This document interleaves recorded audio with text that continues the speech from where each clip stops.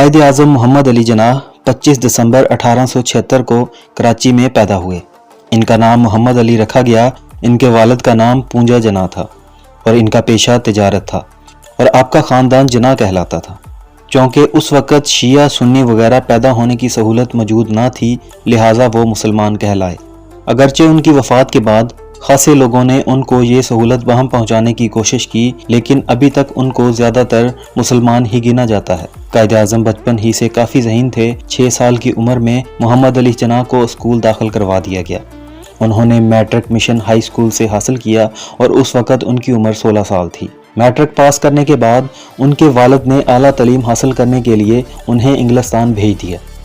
वहाँ से उन्होंने थोड़े ही अरसे में बैरिस्ट्री का इम्तिहान अच्छे नंबरों से पास कर लिया।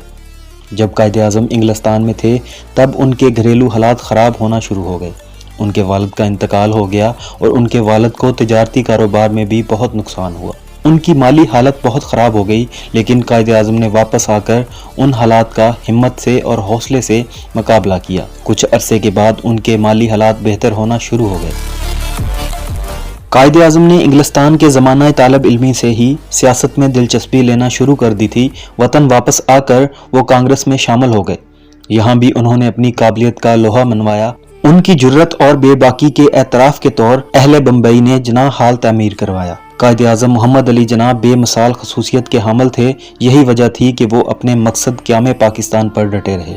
उन्होंने तमाम पेचीदा मसाइल को कामयाबी से हल किया और अपने मकसद के लिए सख्त मेहनत की। उन्होंने दुनिया के नक्शे पर मुसलमानों के लिए बगैर किसी जबर के अमन से रहने के लिए बहुत मेहनत की। तहरीक पाकिस्तान में कायद आज़म की खिदमात और वल्वला अंगेज़ क़यादत किसी वजाहत की मोहताज नहीं और उनकी बेमिसाल क़यादत ने बरसग़ीर के मज़लूम मुसलमानों को हिंदुओं और अंग्रेज़ों की ज़ालमाना ग़ुलामी से निजात दिलाई। वो कई साल तक कांग्रेस के मेंबर रहे। कायद आज़म कांग्रेस से बददिल हो गए। उन्होंने महसूस किया कि कांग्रेस सिर्फ हिंदुओं की नुमाइंदा जमात है जिसे मुसलमानों की बेहतरी का कोई ख्याल नहीं।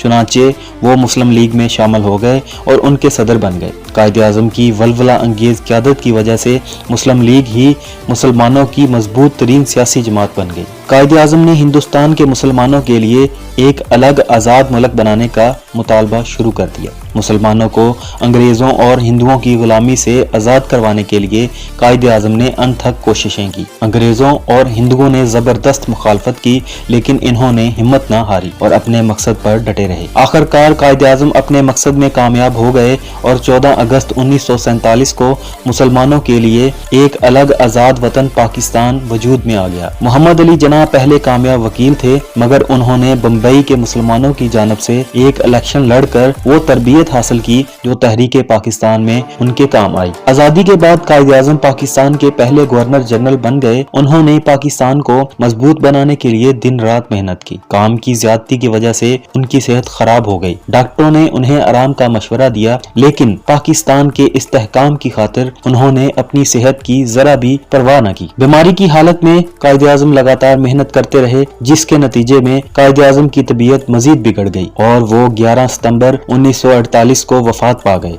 कायद आज़म का मज़ार कराची में है, जहां दूर दूर से लोग इस अजीम कायद को खराज अकीदत पेश करने आते हैं। कायद आज़म हमारी तारीख के अजीम तरीन रहनुमा हैं। क़याम पाकिस्तान के दौरान उनकी खिदमात नाकाबिले फरामोश हैं। अगर आज हम एक आज़ाद मुल्क में आज़ादी से ज़िंदगी बसर कर रहे हैं तो ये हमारे अजीम रहनुमा कायद आज़म की कोशिशों का नतीजा है।